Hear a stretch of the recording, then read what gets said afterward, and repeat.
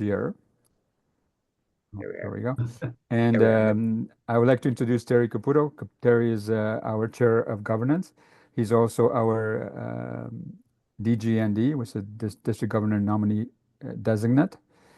And he has a boatload of experience when it comes to governance. And so, Terry, over to you to help us see how we can use governance better in our clubs.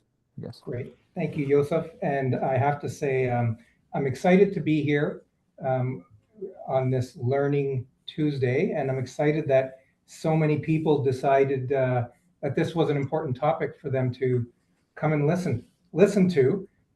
Some people like governance, some people couldn't care less about governance, but it's an important part of what we do overall. And it's something that I am very grateful to past District Governor Jim Lutet, who allowed me when I after I'd received my governance designation, I had a discussion with him about bringing higher level of governance training to the district, and he was fully on board with that. And I've been doing this for 7 years, and it's just really interesting what governance touches in our clubs.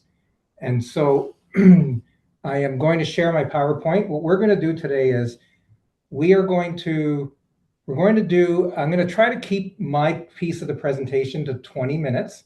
And that's very hard to do because I just love talking about this stuff.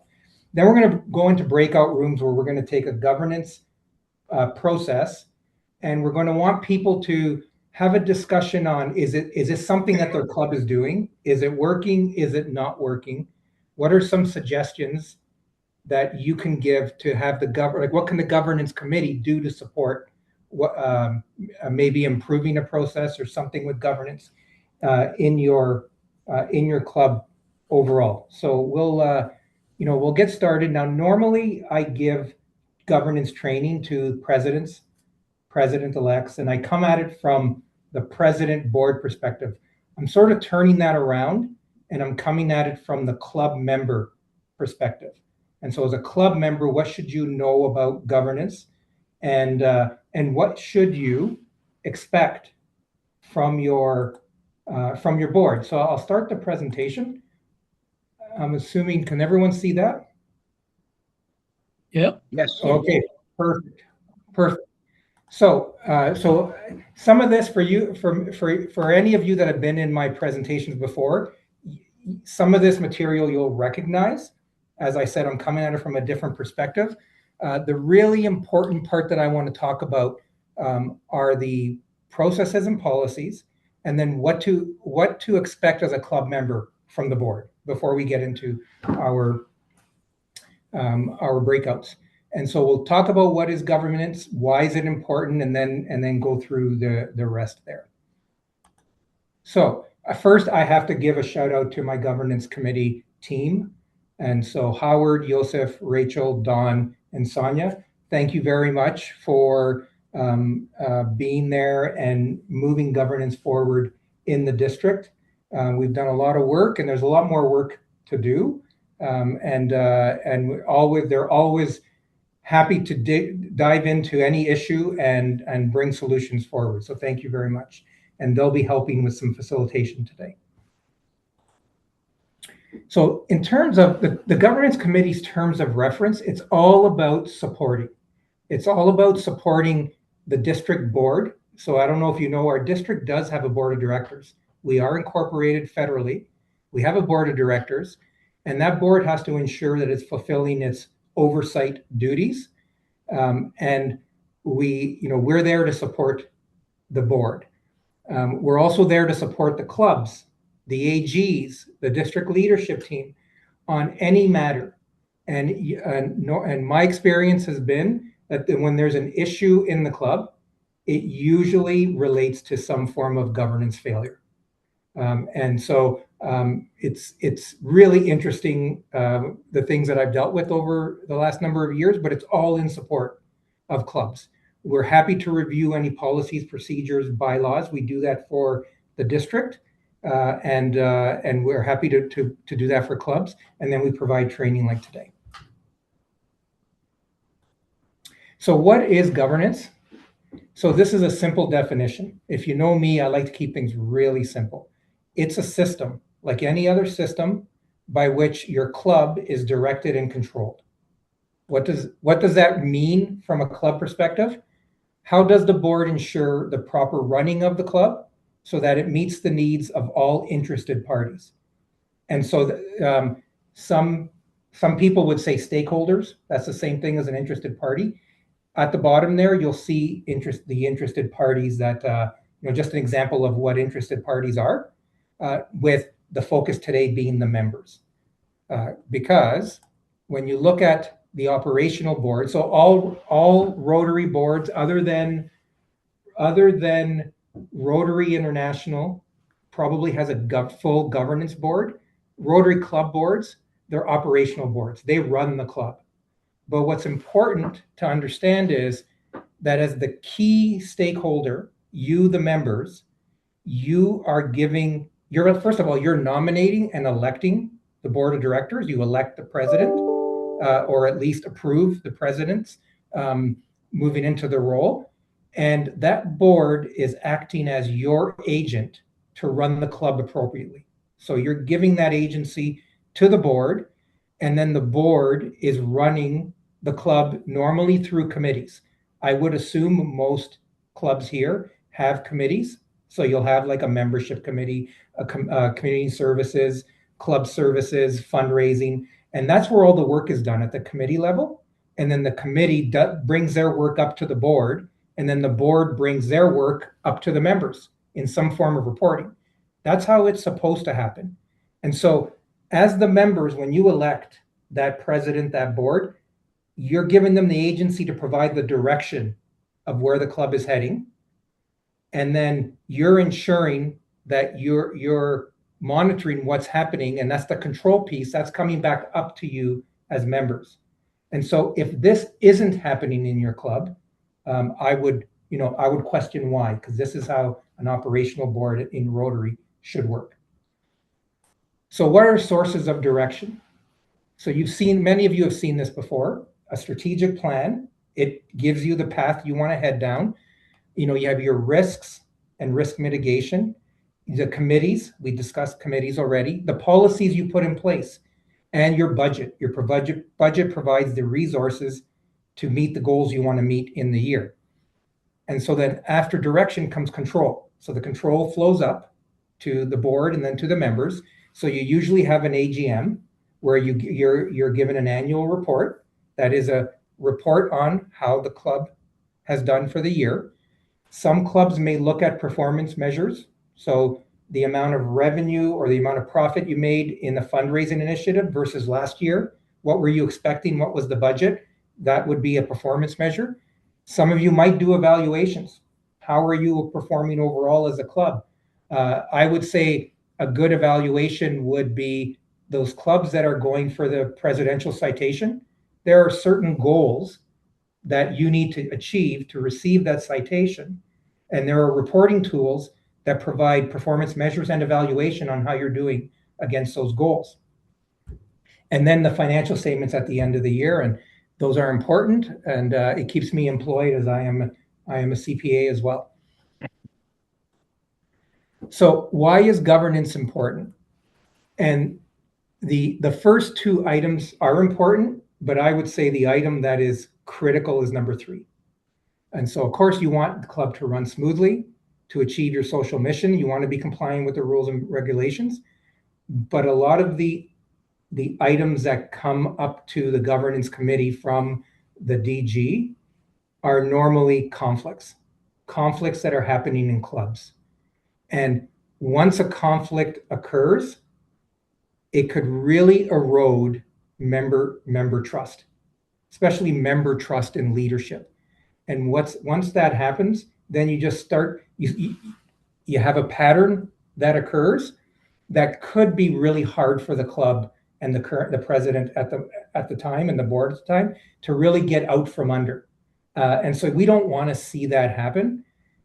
But so it's important to have good governance so you don't get into those conflict situations. Because what I've seen is you usually have three little pockets of members. You have the members that made a decision and they're happy with it. The members that aren't happy with the decision and are finding a way to look for governance issues so that maybe they can change the decision. And so you have conflict between the two. And then you have the group in the middle who just wants number one to happen. Let's just run the club smoothly and achieve our mission. And why are we getting into conflict when we just want to do good for the community? And so good governance avoids this. So what are the important processes when it comes to governance? These are the main ones that you'll find in most organizations. And so, I want to go over just a couple of them. I think strategic planning, people understand that in general. Your club may or may not have a strategic plan. The district has a strategic plan. Rotary International has a strategic plan. So in a perfect world, the club's plan aligns with the district plan, and that aligns with Rotary International. So we're all doing the same thing for the same reasons. That doesn't always happen, but that's what would happen in a perfect world. Risk management is important. What could go wrong to derail what you're doing? And has someone thought of what could go wrong? And I think this is where most boards that aren't professional boards fall apart. They don't think of risk when they should. And when something happens, people scramble versus having a plan in place. Approval of major transactions. So I know in my club, there's a certain dollar threshold that if the board decides it wants to spend in one transaction up to a certain dollar amount or over a certain dollar amount, it actually has to come to the members of the club to vote. And that's to ensure that nothing real material is done without the members understanding and knowing about it. We talked a bit about performance, financial as well. Code of conduct, this is one that is incredibly important. Does your club have a code of conduct policy? Does it have a process for code of conduct? When I deal with issues from clubs, it's usually behavioral. Someone's not behaving like a Rotarian should behave, or a group of people aren't behaving like Rotarians should behave. So what does that mean? Is that something that should be dealt with to the point where maybe you should have a discussion of whether someone should remain a Rotarian because they're not behaving like one. But if you don't have a code of conduct, either a policy or some sort of process, it's very hard to do. Some people will say, and I'm sure you've heard it before, they're not following the four-way test, right? That's another way to say the code of conduct isn't what it should be. But there's a lot more detail in a code of conduct policy than there is in the four-way test. Business continuity, we had this happen during COVID.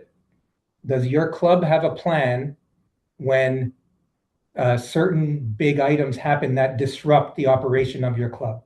So when COVID happened, many clubs were scrambling to figure out how to use Zoom. How are we going to do our meetings? It was just mayhem for a while. And I know recently, my club had an incident where the ceiling where we're having our meetings totally collapsed. And so we had to find a new place to have our meetings, and we had a secondary place lined up. And so everything went smoothly because we had what we called, it's not, I won't brag and say that we have a business continuity plan, but people thought of those risks and said, if this were to occur, this is what's going to happen. And then the last one is probably the one that is really important for clubs today, succession planning. And so this rears its head when you don't have someone that wants to be the president-elect in a club. And I think many of us probably know of clubs or have had that in our club where we haven't, we don't have someone coming up, or maybe the board isn't, all the seats in the board aren't filled, and we're just trying to get someone in a seat. And when you don't properly succession plan and you just put someone in a seat, that could cause issues if they're not ready and don't have the skills to do the job that they're being asked to do on the board. Now, what are some important policies? Anyone who's dealing with youth needs to have a youth protection policy. And I'm not sure how many clubs do or don't. The district does. But that policy not only protects the club members, but it also protects the youth because it has the processes, the procedures in place on how to ensure both remain safe. The vulnerable person, usually it's put with the youth. I separated it out here just because a vulnerable person is actually legally considered someone over the age of 55. And so I fall into that category. I don't think I'm a vulnerable person, but the law does say that I am. But so if you're dealing with the elderly and you're doing community service with the elderly, you should have a vulnerable service or a vulnerable person policy in place that once again ensures everyone understands what the procedures and what the policy statements are to protect everyone in the club. And so this protects you from legal liability and it protects the club from reputational risk. I recall years ago, we had a police officer come into our club and talk about vulnerable screening protection. So getting a police check years ago. And there was an uproar because many people at that time thought police checks weren't needed. I'm a Rotarian. I am an upstanding person. Being a Rotarian means I have a certain reputation, so I don't need a police check. And boy, times have changed because now this has become standard in most clubs. The financial stuff is pretty self-explanatory. In terms of governance and operations, the bylaws, that's the most important governance document you will have in your club. Your bylaws basically give the policies that your club runs by. Policies on how directors are elected, how members are brought into the club, what quorum is for decision making, and there are several other sections in bylaws. Now the Constitution, some clubs have constitutions, some don't. That's a Rotary governance document, and that will tell you and your club, or tell Rotary wants the club, how the Rotary wants the club to run. So you have avenues of service, right? You have a sergeant at arms. That would be in your constitution. But the Rotary Constitution does not supersede the bylaws because the bylaws are under Canadian law and jurisdiction. And so you either have bylaws under federal Not-for-Profit Corporations Act or the Ontario Not-for-Profit Corporations Act. And many of you will probably remember going through becoming ONCA compliant. And the governance committee provided training, and I think there's a video on the website on the process to go through to become ONCA compliant.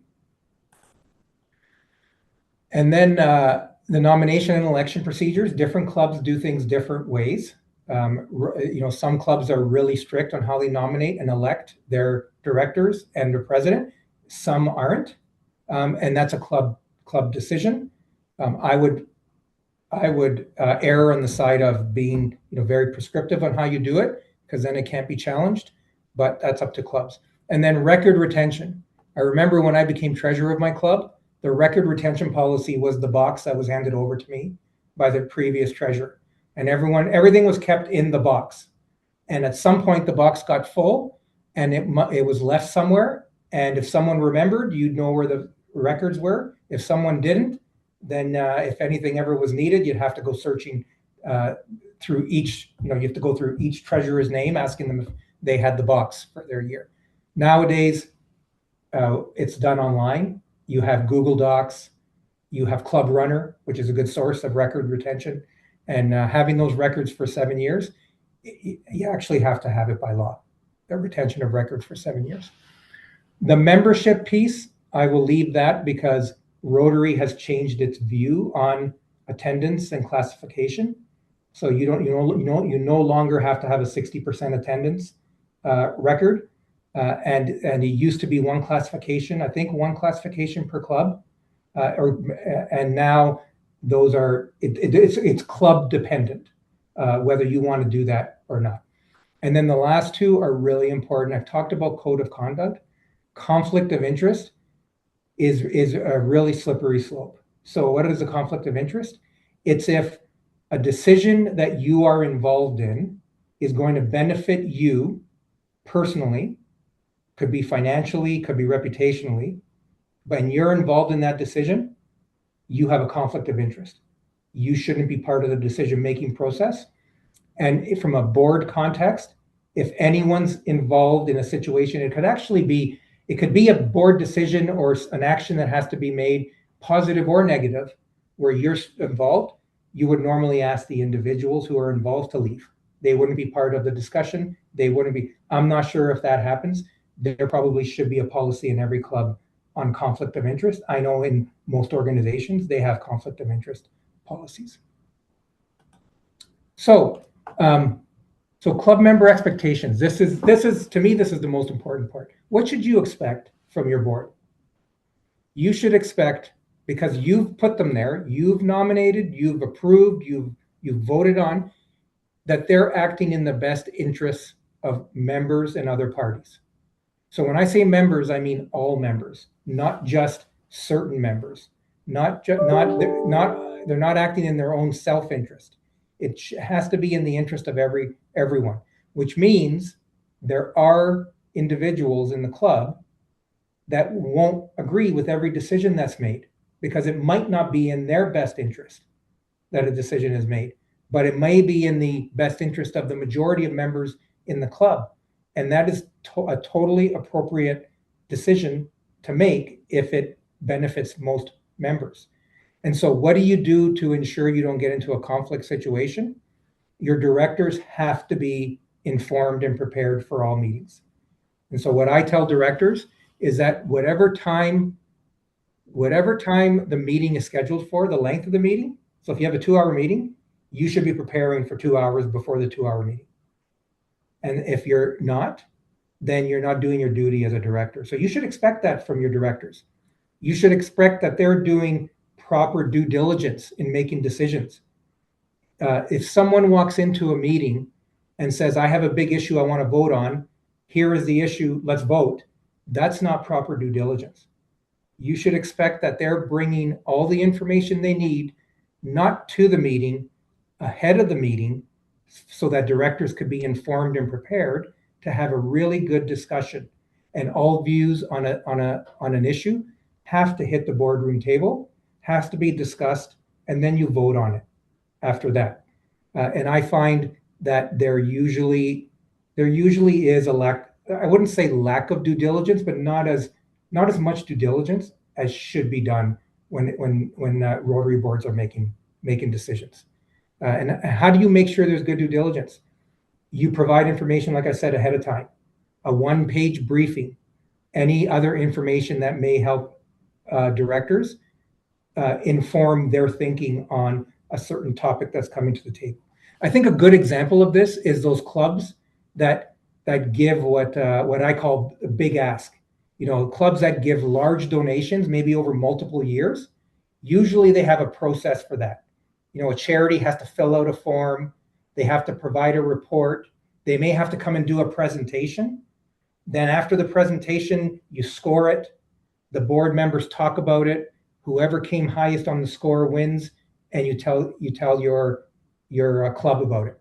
That's proper due diligence. And so that would be an example. And then, of course, communication and transparency is key. You should always expect that your board of directors is going to communicate to you, and they're going to do it in a manner that you understand.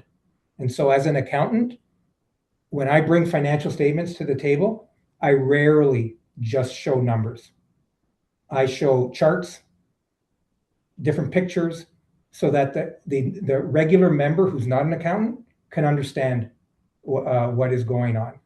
And then, of course, governance practices. You want to ensure that they're following proper governance practices.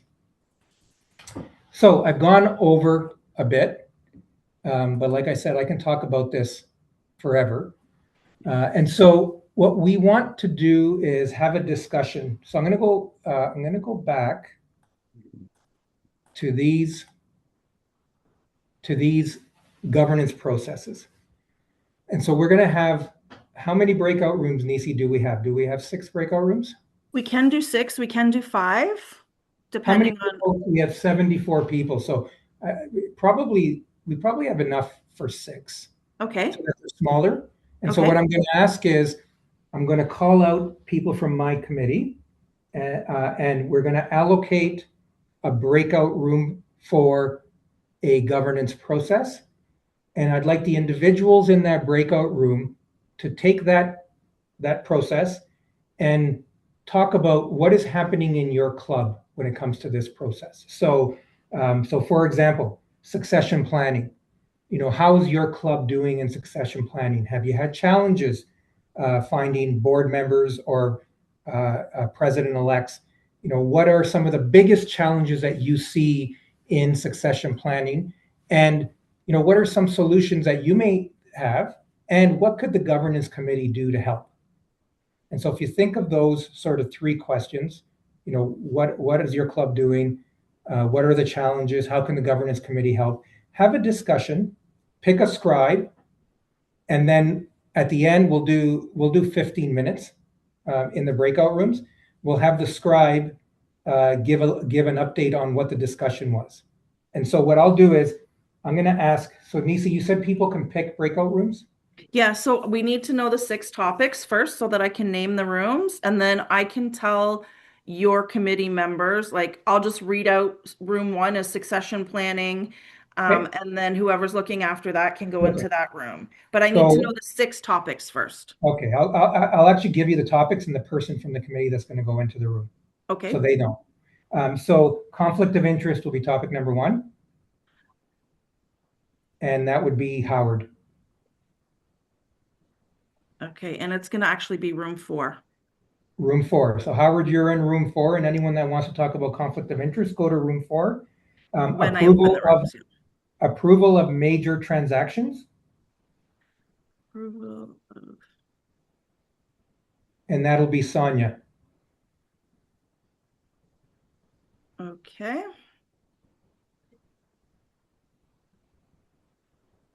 And then succession plan. I have succession planning, code of conduct, risk management, conflict of interest, approval of major transactions, and 1 more. Yeah. So risk management will be Dawn. Okay. So what room is Sonia in? Sonia is in room 5. Okay. I'll read all of them out at the end. Okay. Risk management will be Dawn. Dawn, yeah. Okay. Succession planning. Yeah. That'll be you. Okay. Code of conduct. Yep. Will be me. And then performance reporting will be Joseph. Okay. Does Joseph know that? He knows he's doing it. Okay. All right, and it's Joseph. Which room? All right, so I'm going to just go over this again. So succession planning is room 1 with Nisi. Code of conduct is room 2 with Terry. Risk management is room 3 with Dawn. Conflict of interest is with Howard in room 4. Approval of major transaction is with Sonia in room 5, and performance reporting is room 6 with Joseph. So I'm going to open the rooms and we're going to cross our fingers and pray this works. What did you say for strategic planning? No, we didn't say that's not one of the items. Oh. So are you guys getting a thing on your screen that tells you can join whatever room? No, Terry, No? stop. Terry, you need to stop sharing. Oh. Perhaps it comes up. Can you try it again? Conduct is in room 3. Down on the bottom, there's a join breakout rooms. Yeah. So you should be able to join your breakout room just down in the bottom. I don't see it, Nisi. It disappeared. Bottom. No, I don't see it either. I had it Is it under before, but I don't have it now. Oh, Sorry, there are dots that say more. Do you Yeah. see it says more and then breakout rooms? Perfect. Thank you. You're welcome. Okay, yeah. Okay. All right. So we join whatever one we want to? Yep. Oh, okay.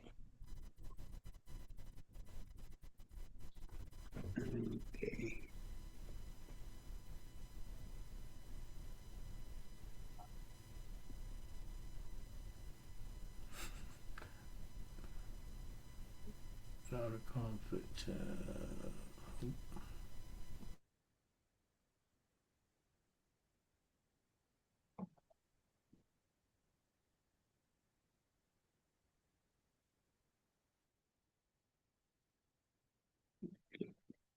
Coming along pretty well. Looks like almost everybody's in. Okay, we've got 3 people not in the room so far. 4 people.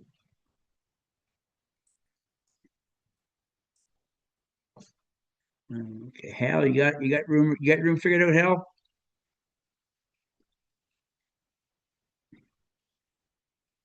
Good. You're in, Linda Rainey.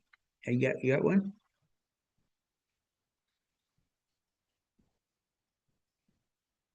So it's assigned to. We're good. And one that's not joined, it's a phone number, 647-821-8515. There we are. They got to assign themselves to a room and we're all set.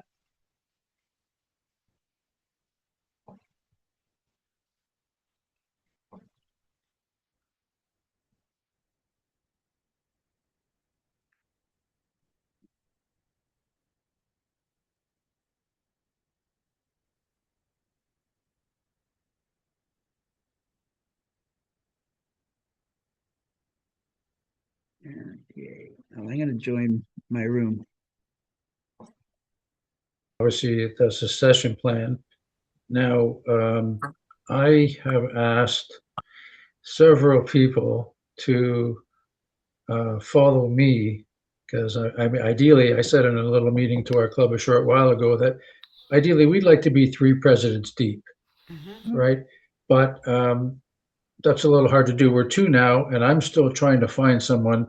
I've had several no's, so I'm looking for any suggestions that people who have may run into this before can offer. Just looking to find someone to follow me. Yeah, that's a great question. And who has some advice or some useful tips there for Larry?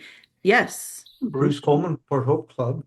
We've had the same difficulty, and for the last, well, this will be the 4th year in the 26th, 27th year that we're having co-presidents, whether 2 or up to 3 or 4. And that way people are a little more accepting of taking on the responsibility. And if there's more than 2, then it's not all of them at once. We split up the year, but maybe if it's just 2, then they share the every meeting or alternate meetings or something like that. And Bruce, if I can just add to that, that's very good because that is happening quite a bit in clubs. Clubs are not one person just wants to take on a whole year, and it's happening in a lot of clubs right now where co-presidency is happening. Somebody's either they're doing it together for the full year and they're splitting up jobs, or they're taking half the year and somebody else is taking the next half. I'm not sure how that can have consistency if different people are doing different things. We've always had problems getting a successor, and we don't think that the current president should have to go around begging people to be president. Being president of a Rotary Club is an honor. And so we decided that club service should take on the responsibility of finding presidents-elects. So instead of the president having to do it, club service now goes and sees who's going to do it next and finds a president-elect. Okay. That's easy to do, Basil, when you have a large club. But when you have a club of, like at ours, we're the North York Club, we have 17 members. There's a lot of has-beens that are now future presidents because nobody wants to take it on. And we had a situation where we had a president that wasn't getting anything done in our club, and they served for 2 years. And I personally had to take on the role of going around and having breakfast with a few people that I thought would be really good leaders, trying to convince them to be the president of our club. And I was successful last year in bringing on our current president and our future president after me, because I said I'm not doing any more back-to-back years. We have situations where club presidents have done 2 or 3 years in a row, and it's exhausting. So I also found a president for next year. So, but that's always a concern when you have a small club. How do you bring on a president when just about everybody has been president and nobody wants to take on that role? So, Randall, what worked? Besides getting on my hands and knees and begging and paying for their breakfast. I think I just went to the people that I felt were the best leaders, and I approached 3 people for this current year, and I laid out the reasons why I thought they would be a really good president, a good leader. They certainly had the respect of everybody in our club, a CA, a former CA, and I just thought he would be a great leader. I gave him a week to think about it. He did, and he came back to me and said, I will take it on. And with the president next year, following me, I did the same thing. I sat down, had coffee with her. I met her at her home. We chatted about the issues in the club, some of the challenges that we have. And I knew she would be a good leader because she's been involved in corporate governance. She's been involved with charities, and she decided that she was also going to take it on. I'm just looking at the screen real quick and making sure she's not on the screen. I know she was joining us tonight, so she's not on. But that's basically what I did, Virginia. It's a lot of just making sure that people understand that this is an important role in our club, and we just can't have anybody stand up and put their hand up and say they're going to take it on. Thank you very much for that, Randall. Sharon, you had your hand up? I wanted to say that I think one of the things that people are leery about is that there's no definite handbook about what's the expectation, how you do things. Because I will tell you that I was president of my club back to back during COVID, and I really learned a lot about where to go for things, whatever. I think a lot of people don't want to take it on, Randall, because they're not sure where to go and get that stuff. I really think that our district needs to do more of these training to get people to go through it so that they have 2 years of this training, building the connections and feeling good about it. Because I mean, I've been, board chair of other charities and whatever, but with Rotary, it's always slightly different because every club does something different. And when you don't know what to expect, I mean, 1 year goes really quick. I mean, when I was board chair of my other charity, you were board chair for 2 years, right? But you were also vice chair for 2 years. So you had 2 years in the running, kind of knowing what was happening. So when you became chair, you sort of knew what you had to do, right? Mm-hmm. Mm-hmm. So thank you for that, Sharon. I just think people are just afraid of the unknown. Like if They you're are. working full time like I am and you are Nishi, then you just think, well, how do I balance that, right? Mm-hmm. And I know in speaking to a few other people too, there's a problem with, here we are asked, we need change in Rotary. Change needs to happen in Rotary. And there's some people out there who would be amazing leaders and amazing presidents, but they're just afraid to stand up and share their ideas because of how sometimes we react to change. So I know that's been a difficult thing this year, probably during Virginia's year as well, but it has been a thing for me this year, in speaking to a few people. Yes, Dave. I have noticed over the last, I would say, almost 10 years that I've been doing the district assemblies and the president's-elect training, a lot of familiar faces. This is not something that just has happened over the last 2 or 3 years. This has been an ongoing thing for quite a number of years. And it's not happening just in my club or just in your club or just in somebody else's club. It is, I would think 1/3 of our district has a repeat or two repeat presidents. Okay, now, Baz had an excellent idea to assign somebody, some group in your club. Doesn't matter who it is. Baz has picked the club service committee, but some committee could be starting almost July 1 to look for next year's president. I like that idea. Physically assign somebody to that job and say, here it is, do it. I like that, Baz. Yeah. Well, Yeah. and maybe not a person, but at A least committee. at least 2 or 3 people. Yeah. I like that idea. Give them the Our, mandate cl- to our, assign cl- our somebody. club has a committee that we assign, and they go out and scan the group. Yep. And you're in pretty good shape, aren't you? Trenton's pretty good shape. They haven't had too many repeat presidents, I don't think. no, but I think you're gonna start seeing it because after Brian, we don't have a president. We don't have anybody stepping up. Yeah. Have you had a repeat president in your club? Oh Ever? yeah. Oh, Yeah. Okay. Just hasn't. Yeah, if you hasn't look been at our 100th recognizable. year anniversary plaques, Yeah, they're all there. And Donna, how long have you how long have you had that club service committee that does to find the presidents? How long has that been in effect? It's actually not the club service committee. It is the nominating committee that goes out and finds everybody. Nominating committee. Okay. That the club elects them prior to, I think, about a month, 6 weeks out prior to the AGM.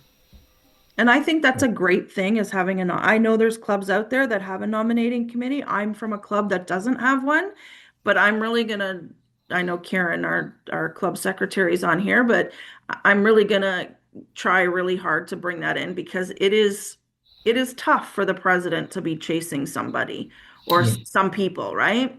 But this is my third time around as president, and it's easy to say we have a new member, let's get them as the president. That's awful. You get burnout. Yeah. They haven't been familiar enough with Rotary and with the club and with the members, and I don't think it's fair to just shove them into the chair and say, go for it. So we will have people repeating for the good of the club. We just have to make sure that the people doing it 3 times like myself don't look at it as Basil's club and try and this is the way we've always done it. Yeah. Brighton Club is well known for having the repeat president, right, Ian? Yes. Yeah. Joyce has been a repeat president for as long as I've known. Yeah. Quite a while. I was very lucky in our club. I've been president 3 times, but I've had a 10-year span in between. And that is a very refreshing way to do it. Having to do it 2 and 3 years in a row is absolute burnout. Absolutely. Yeah. I'm from a club that's 35 years old now, and we have never had a repeat president. And the Oshawa Club is 106 years old. I think the Oshawa Club's 106 and never a repeat either. If I can interject. Yes. Hi, I'm Sean from Northumberland Sunrise. We have someone who goes out and asks people is the nominating or person nominating committee. And we find out or are asked in about January if we want to take on the role for next year. And I think that's great because then you have time to shadow the person that you will be taking over from as well. If it's not, say, a presidency spot, like treasury, community service, that kind of thing. Besides myself, is there anybody on the screen that has a club membership of less than 20 members? Because I'd kind of be interested to know how you are handling this issue. Sharon. Yeah, my club is that. Brighton does. And we're facing like you trying to figure out who would like to step up. It's very difficult, right? Because like I can't remember who said this, but we don't believe that just because someone just recently joined as new to get them to become president, because that's not fair. They don't know all the whole thing. And it's very stressful. And then they burn out and they leave, right? I think we need to go back to something when I first started. I had a Rotary buddy in the club who, explained to me the things that was done and whatever, and would help me to say, okay, if you didn't like that, like this is how you can put it to the club, get it to the executive and say, can we make those changes? And I just don't know. Like I find that my club has a good time of getting people, but it's retaining them Hmm. and engaging them is really hard. Now, I don't know about your clubs, but my club is sort of like two different time zones. They're the people who are 65 and older, and then there's the people like me, like, 55 and younger. And we're always like, we are respectful, but we got different priorities. Like, we got family or work or things. And so we want to do things more like on the weekends or have some other involvement. And then we have the older ones, well, this is what we've always done, and they want to keep doing it. And it takes a lot of time. Like, for example, my other club that I was part of before, they always did the Santa Claus parade. And it was always the same people. It was a lot of work, you know? And what I heard afterwards when the COVID ban was lifted, nobody wanted to go back. And I said, well, what happened? I thought you loved it all. And they said, no, it was just like I was always like the one that did it and I had to do it. But COVID gave me an opportunity to break out and say, no, I'm not going to do it, right? And then nobody else in the club wanted to because it took up so much hours. So I don't know about the rest of the clubs, but like I said, there's like two different time age zones, like how do we get the two group to meet and share? Because the old timers, as I say, think of them, they got so much experience, so many things I would like to learn, but there just doesn't seem any way to extrapolate from that. And then I would like them to appreciate what I can bring to the table, not just that I'm a warm body or whatever, but I have something to add as well or value, So that's just my thought. Thank you. And sorry, I have to cut you off there. We are going to be going back to the main room now. So thank you everybody for coming into this room. Thank you. Thank you, Nisi. Very good. Leave breakout room. Okay, we go back to the main room now.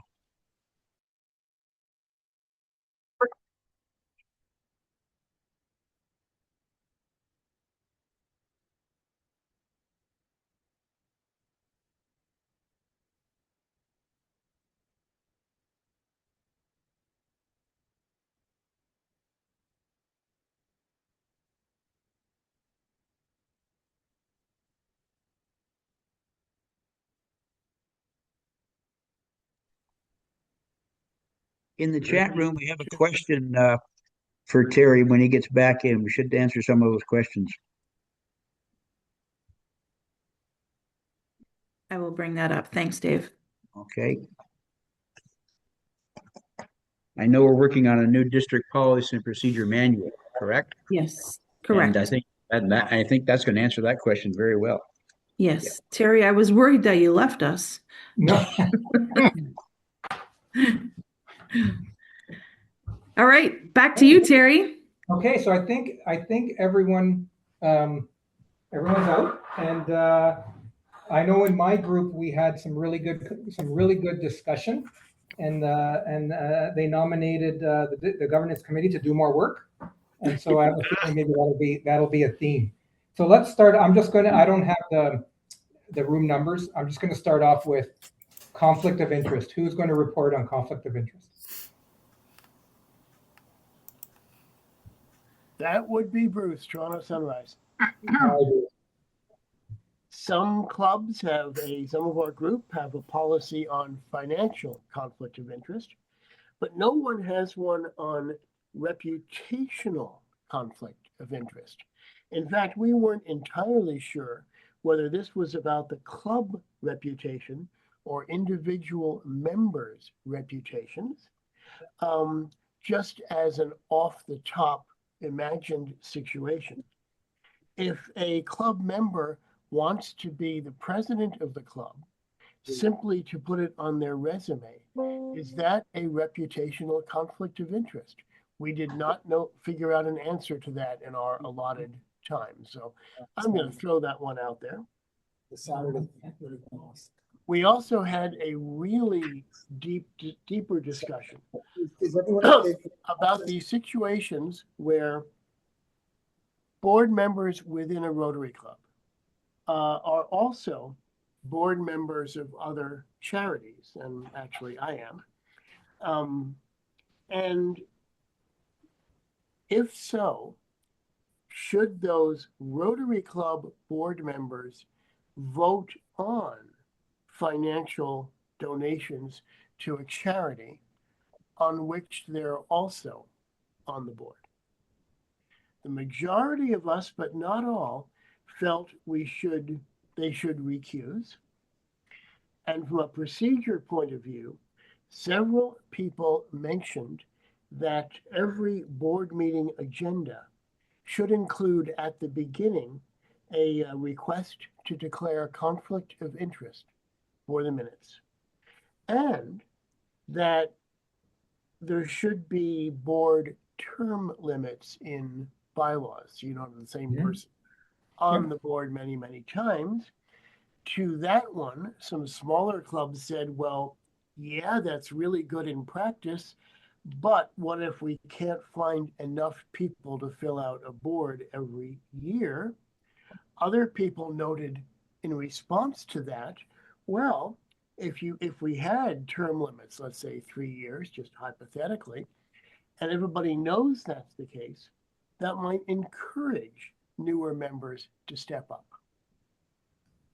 Great. That's our summary. The one Thank you, Bruce. we couldn't That's answer awesome. was the one about, if a club member wants to basically be the president or show off that they're a Rotary just for their own personal reputation. Well, and so that would, what I would say is, if your club has a good vetting process, they have to be nominated, they have to be voted in by the club. It's difficult usually. I'm not sure how many clubs actually have votes on 2 people wanting to run for the president role. I'm seeing more and more where it's just one person puts their hand up and they're supported. But it would be, in your process, I wouldn't see that as a conflict of interest unless they're allowed to vote on themselves being president, right? But what I would see it as, there should be a process in place for nomination and due diligence on the individuals so that you're comfortable that the person is doing it for the right reasons. We probably don't have that rigorous of a process in most clubs, but just think of a year where you were in a club where you knew the president probably didn't have the skills to do what was needed to do. And how did that year turn out? Much, much easier to find that out before it happens than during. In terms of your conflict of interest from someone being on a charity and voting on that is definitely a conflict of interest. And in my opinion, that individual shouldn't even be in the room when the decision's made. They have to leave the room because depending who they are, they could influence others in terms of what they're thinking or how they want to speak on the issue. Okay, thank you. Let's move to approval of major transactions. That's Sonia's group. Who's debriefing? I took the notes for that. Mike Miller from Whitby Sunrise. Approval of major transactions as a group. Almost, we had 6 different clubs represented, and all of us had basically had a threshold of 5,000 or above, met the criteria. Now, there were different scenarios as to how that was approved. In some cases, it was approved by the board. In other cases, it was approved by the membership. So that was where the thresholds were differentiated. In some clubs, the board approves it, then it goes to the membership. Other clubs, the board approves it and passes it on as a $5,000 threshold, and that goes as passed. There was a lot of question with respect to people not following the bylaws or guidelines that are happening. And in one instance, every dollar that gets spent basically gets approved by the membership. So at a business meeting every month, they go through and they approve all of the expenditures as a membership. Don't know whether that meets quorum necessarily, or whether they had quorum. That wasn't mentioned for that discussion. But the reality is that it goes back to the entire membership for approval. There were a couple of callouts with respect to RibFest committees having being a different entity in their club and having basically a different authorization process. And I thought there might be some potential for, at least my interpretation was, there was some potential for needing some bylaws surrounding that, because I think that it's because of the major expenditures that occur with that and the major income that can occur with that, there needs to be some guidelines around that. And I don't know whether that was entirely clear with the membership of that group. And the last component was for the committee, it was suggested that it would be awesome to have the committee come and actually do presentations to the different groups, to the different memberships, so that they're aware of what the guidelines are and what would be helpful, so that everybody is aware. One of the members was relatively new and to their club and didn't have the experience with it, so they weren't really sure what the bylaws were and what the guidelines were. So they're looking forward to hearing more about that. Right. Okay. Great. We're at 8 o'clock. I hope some people can stay, because I'd like to go through the other ones, maybe like 10 minutes more, as long as the Zoom won't cut out on anyone. So I invite you to stay if you can, and if you can't, thank you for coming. Mike, in terms of the Rotary RibFest being a different entity, if you're not incorporated, if you're under the incorporation of the club, you are not a different entity. You are part of the club. You follow under the rules of the club. There shouldn't be different rules for RibFest. I believe that that's a big risk that could be easily mitigated, and I'm happy to talk about that with anyone that would like to discuss it.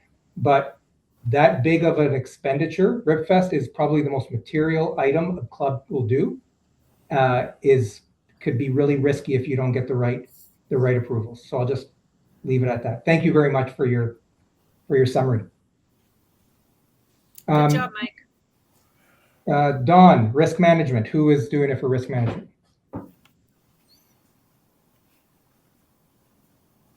I'd be happy to do it. I'm Barb. Okay. Hi, Barb. Sure. Yeah. We talked about two things, and the first thing we talked about was the vulnerable sector checks. And if you're a club in the area where you're policed by Ontario Provincial Police, they will not be doing the vulnerable sector checks from their detachments. They have contracted a third party called Triton Canada, and Triton Canada is doing the vulnerable sector checks. So our club, Picton in particular, is having trouble getting timely completed checks back. So I don't know, that's one problem, trying to get the vital sector checks. And the other problem is trying to get some guidance from the district as to policy or bylaw for membership. Should membership be required, new members be required to have a vulnerable sector check? And so our club sort of feels that we should, simply because we have a youth exchange program. We were on a hiatus, but we've reinitiated that youth exchange program. So we really feel it's important, but we're not clear on what the district policy is for vulnerable sector checks for prospective Rotary members. So okay. So I'll take that away and I'll bring back an answer. Okay. Okay. That would be great. Okay. And the other thing we talked about, I think people from the Coburg Club were talking about special event fundraising events and how to capture where the proceeds would go. And so apparently there was some talk about doing their due diligence before the event, so as to indicate to the public where their dollars are going, whether it's international or local, one or Right. the other or both. So they just felt there needed to be some clarification there. Okay. Linda, is it going to Yes, be a short answer? Is it going to be a short answer? Okay, very, very short. Okay. I sent you a copy in the chat of the district policy. So if you can send that out to other people. But to answer Barbara's question, each club makes their decision on what they need. So you're the boss there. Right. With regards to With regards to making sure that everybody in your club has a special vulnerable protection direction or not. So Right. it's up to the club or just your seniors group or whatever. But you can take the policy that the district Yes, has, and it's on the. Yeah. Okay, great. Nisi's group, succession planning. I don't want to keep people too late, so if we can have. I'll take good- that on. It's Ian from the Campbellford Club.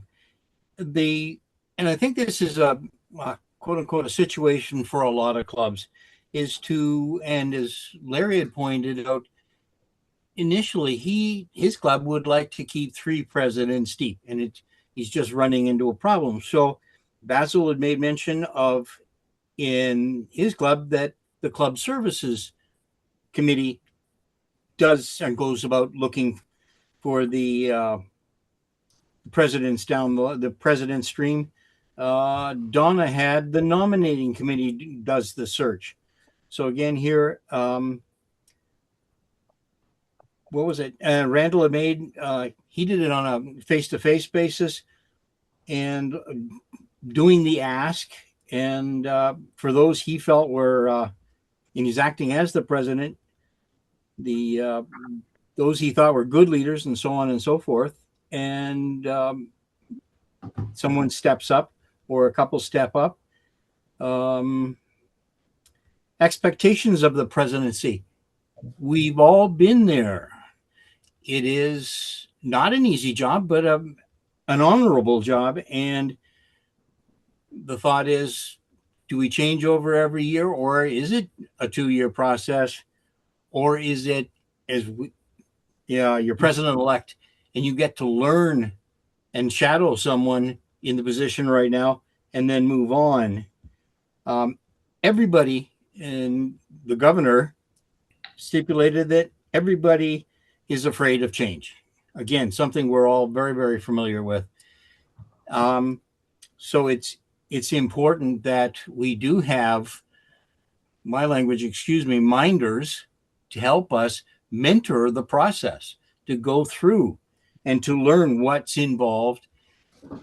And some of us have been in the job a couple of times, as David said, 3 times, spelled off for 10 years in between. But again, we need to reach out and help train our potential presidents. And again, here it's President-elect's seminars coming up, all with that in mind. Great. Terry, back to you. Thank you. And I can say this is one that the governance committee is taking on, is to provide guidance on succession planning and maybe to figure out some sort of process that might work for a lot of clubs that are having troubles.